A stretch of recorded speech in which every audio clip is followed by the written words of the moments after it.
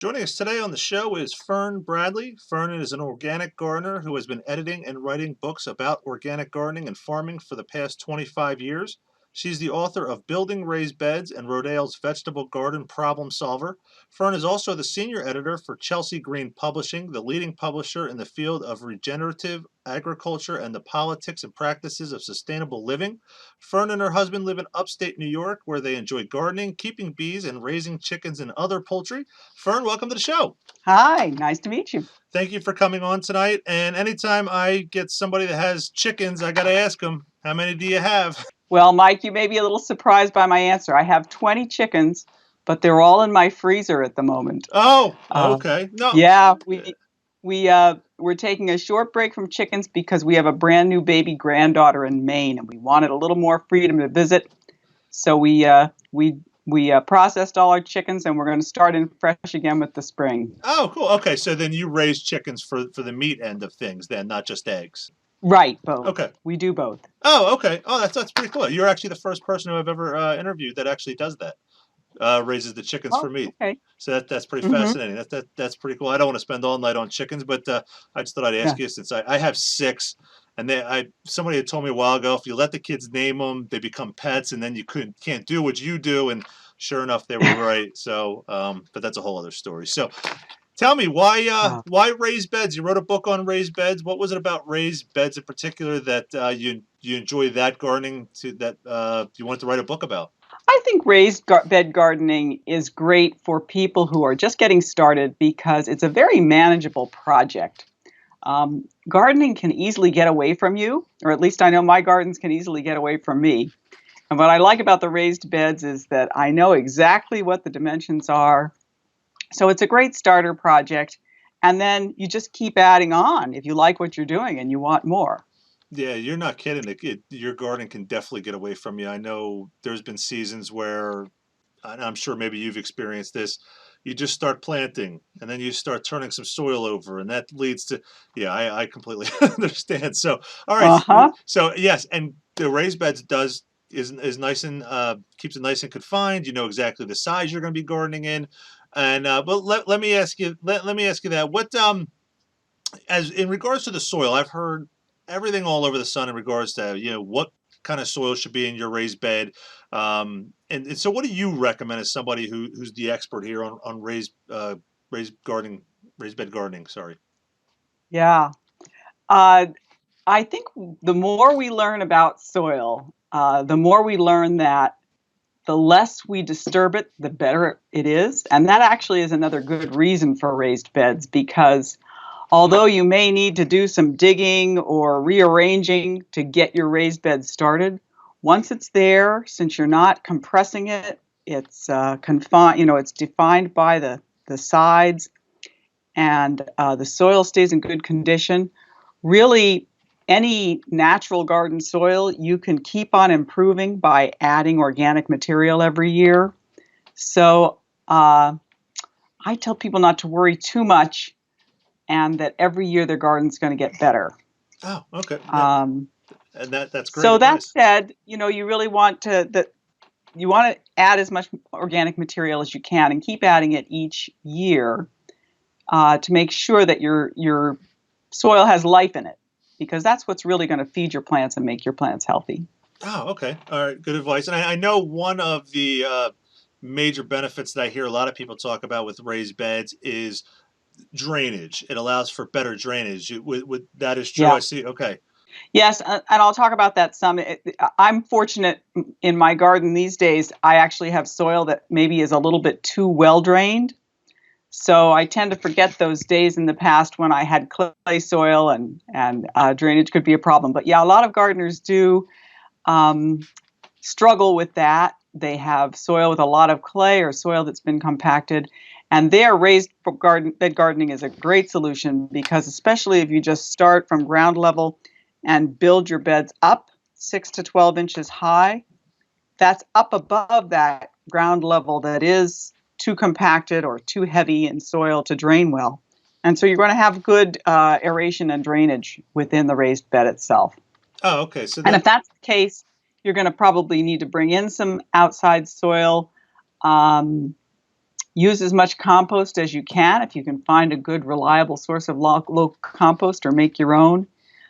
People will add in some, you can add in native topsoil if you can get some, or you can add in some of your own soil in those raised beds. But if you're mixing with organic material, it's going to do well. Oh, okay. And you had answered one of my questions that I was going to ask was how tall should your raised beds be, or how high up? You're saying 6 to 12 inches.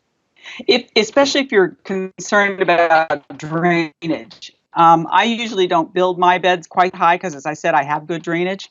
So for me, a raised bed is often just a matter of scooping a little bit of soil from my pathways onto the bed, raise it up a couple of inches, and then top it with a few inches of good mulch, and that's enough.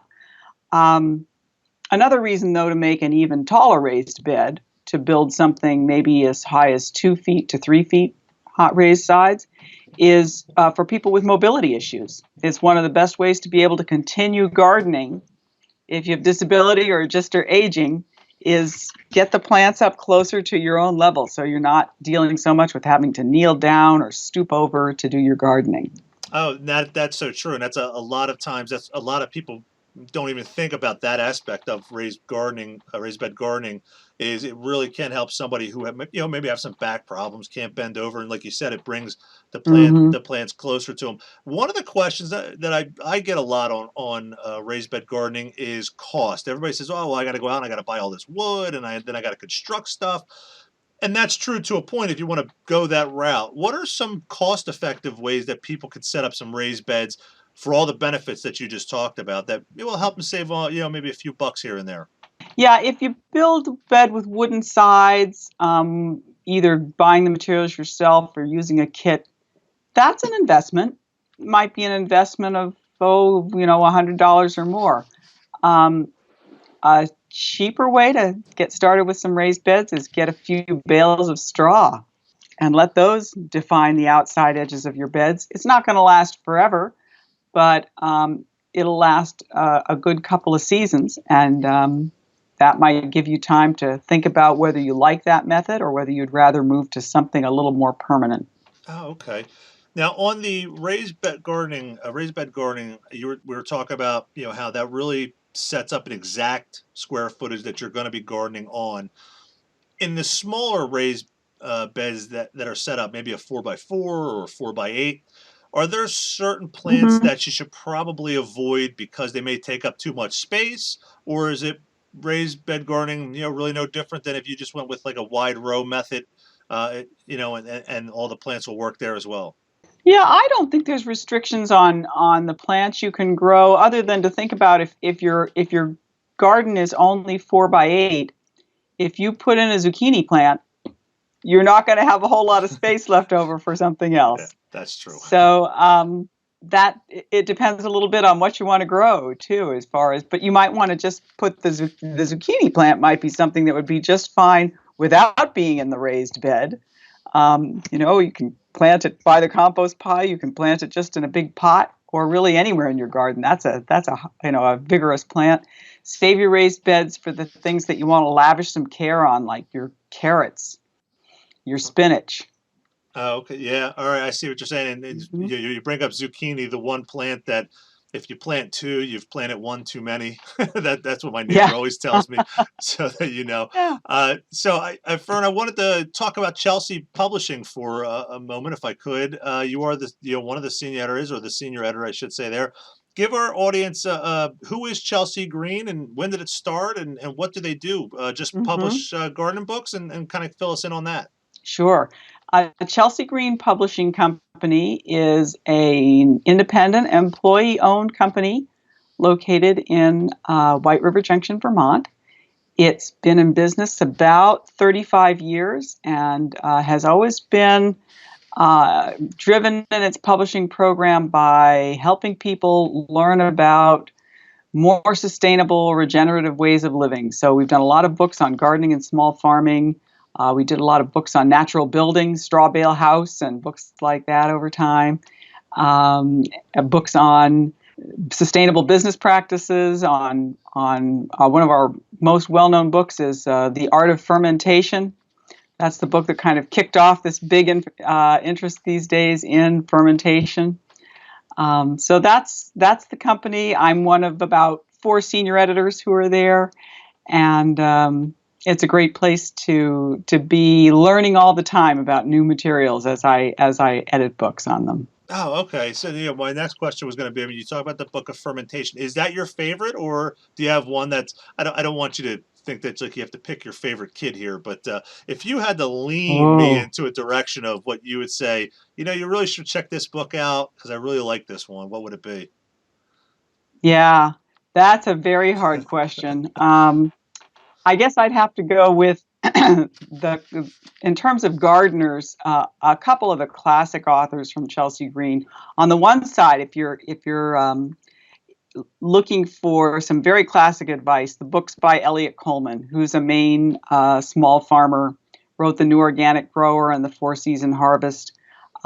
He gives just great advice on all kinds of vegetable gardening. And if you want books that are a little bit on a smaller scale, books about particular crops instead, I really enjoy Carol Deppy's books. The Resilient Gardener is one, and The Tao of Vegetable Gardening is another great one. Oh, cool. Yeah, you mentioned Elliot Coleman there, and one of the things that I've noticed since I've been doing this particular show, I've been doing quite a while now, was when I hear experts mention other experts, then it's sort of this. They must be like this really just phenomenal person, and Elliot Coleman's name always comes up to the point where I was actually interviewing Joel Salatin, who everybody knows who Joel is, and he couldn't stop Sure. he couldn't stop talking about Elliot Coleman and especially the Four Seasons Harvest book, and it's one of the more Hmm. popular books that I hear about. So that's really neat that his line of books is part of the Chelsea Green team, and it seems like that you have some of your favorites there, and you talk about with Chelsea Green a lot of books that might be outside of gardening, but sort of kind of surrounds it in a way, maybe some self-sufficiency type of things. You talked about the straw Yes. bale house, and those topics always fascinated me, and I guess it just they're sort of connected in a way. Give us give us an example of you talked about the fermentation book. What are some topics that you think that gardeners should really check out from Chelsea Green that may not even be related to gardening? Maybe they don't have to be your favorite or whatnot, but they're just so filled with information that gardeners really should at least take a look at it and learn up on the topic. Well, one that it is related to gardening, but it's a little bit different style of gardening. It's called year-round indoor salad gardening, and it's about basically how to grow microgreens in just small seed flats, in a sense, right in your own home. You can plant the seeds, and within about 7 to 10 days, you've got great sprouts to use in your salads, and that's a wonderful little book. Even if you're not somebody who has an outdoor garden, but if you like to eat fresh food every day, that's a great book. Another one that we've done, which is just a fascinating book, that's come out recently for anybody who loves animals, is called Tamed and Untamed. And it's by two wonderful writers, both of whom are animal lovers. And it's a collection of columns they've written actually for the Boston Globe over the years about both domestic animals, the tame animals, and the untamed animals. And it's just delightful reading it. It makes you laugh. It makes you think. It just I think everybody has had at some point in their life, a special relationship with a pet or has had a special fascination with a wild animal, and so this book speaks to that. Oh, that sounds really cool. That's a really cool topic. Obviously, I mean, a lot of people have pets out there, me included. I have two dogs, so I have that end of the. I say that you would consider them tame, but my younger dog, who's a lab boxer mix, he needs some training, but that's a whole other topic. So, and then you talked about how it some of the untamed animals, and I'm sure a lot of people out there have had some run-ins with just different things. So that's a pretty cool topic that not gardening related, but that would be fascinating there. So your role as a senior editor there, do you just do editing of the books? Are you going out finding new authors? Give us an idea of what the role of senior editor at Chelsea Green does. It's that combination, Mike. We're definitely out there looking at people who are doing interesting and breakthrough work and have new ideas and trying to connect with them to write books that we will publish. And then once we do have an agreement with an author as their editor, I work with them throughout their process as they're writing the book and then editing it, looking at photos with them and making selections if it's a book that has photos in it, seeing how the design of the book develops. And it's a really fascinating process for those of us who are fascinated by books to see how all the pieces come together over time. Oh, and from what I understand from some other writers I talk to, the deadlines are crazy to a point. Would you say that? Yeah, it's not a profession to be in if you can't juggle deadlines. But I Yeah, think, most of us have deadlines in our work in one way or another. yeah, yes, that is so true. And I've spoken to a couple other writers in the past, and they tell me they go, your publisher gives you this date, and you just got to get working at it. So I can only imagine the amount of work and the effort that you and your team and all the writers they put through to put out these wonderful works. It just has to be incredible. Fern, I'm looking at the clock. We're just about out of time. But before you go, if our audience wanted to learn more about you, get a hold of your books, learn more about Chelsea Green, how would they go about doing that? They could do that by going to Chelsea Green's website, which is www.chelseagreen.com. Awesome. To our audience out there, we are going to link to the Chelsea Green website. We'll link to Fern's books out there and a lot of the information that she gave on the show. So be sure to check that out in the show notes.